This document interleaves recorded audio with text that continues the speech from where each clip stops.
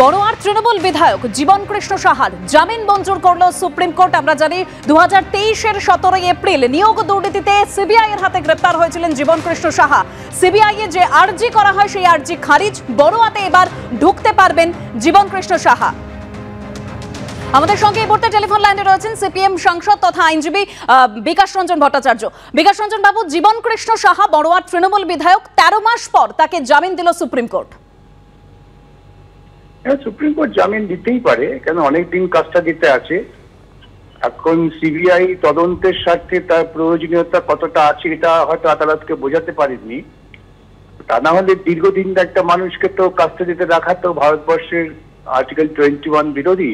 সেদিক বিবেচনায় supreme court জামিন দিতেই পারে। এসএসসি নিয়োগ দুর্নীতিতে ধৃত তৃণমূল বিধায়কের জামিন আমরা জানি 2023-এর 17 এপ্রিল সিবিআই গ্রেপ্তার করেছিল জীবন কৃষ্ণ সাহাকে। আরো বিস্তারিত জানবো, আমাদের সঙ্গে আমাদের প্রতিনিধি বিজেন্দ্র সিংহ এই মুহূর্তে টেলিফোন লাইনে রয়েছেন। বিজেন্দ্র, দেখো, আজকে তাকে সুপ্রিম কোর্ট বেল দিয়েছে এবং সিবিআই তরফ থেকে আপত্তি করা হচ্ছিল যে তাকে বেল দেওয়া ঠিক হবে না, এবং যেহেতু তাকে যখন সিবিআই অ্যারেস্ট করতে গেছিল তিনি পালানোর চেষ্টা করেছিলেন। তার দুটো ফোন তিনি পুকুরে ফেলে দিয়েছিলেন, সেই পুকুর থেকে দুটো ফোন পরে উদ্ধার করা হয় এবং সেই ফোন থেকে ইনক্রিমেন্টিং ডকুমেন্ট পাওয়া গেছে, যেখানে যারা আনসাকসেসফুল ক্যান্ডিডেট ছিলেন তাদের থেকে টাকা নিয়েছেন এরকম প্রমাণ রয়েছে তাদেরকে চাকরি দেওয়ার জন্য। কিন্তু আজকে বড়োয়ার যে বিধায়ক রয়েছেন জীবন কৃষ্ণ সাহা, তার জন্য অ্যাপিয়ার করছিলেন মুকুট হদ্দি। তিনি প্রথমেই বলেন কি এই কেসে 3 জনকে ইতিমধ্যেই বেল দিয়েছে। একজনকে তো সুপ্রিম কোর্টে বেল দিয়েছে, প্রসন্ন কুমার রায়, যাকে প্রাইম অ্যাকিউজ বলেছিল সিবিআই, তাকে বেল দিয়েছে সুপ্রিম কোর্ট দিয়েছে। এবং 2 জনকে কলকাতা হাইকোর্ট থেকে বেল পেয়েছেন, কল্যাণময় গাঙ্গুলি এবং প্রদীপ সিং, অর্থাৎ 3 জন ইতিমধ্যে বেল পেয়ে রয়েছেন। 13 মাস ধরে জেলে রয়েছে জীবন কৃষ্ণ সাহা এবং তদন্ত কমপ্লিট হয়ে গেছে, এটাতে চার্জশিট ফাইল করেছে সিবিআই। সেক্ষেত্রে এখন কেন তাকে জেলে রাখতে চাইছেন সিবিআই, সেটা তিনি প্রশ্ন তোলেন।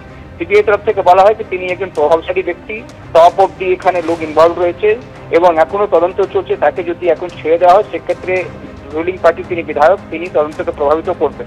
সুপ্রিম কোর্টে প্রশ্ন করে তার এটার জন্য কি কতদিন তিনি জেলে থাকবেন।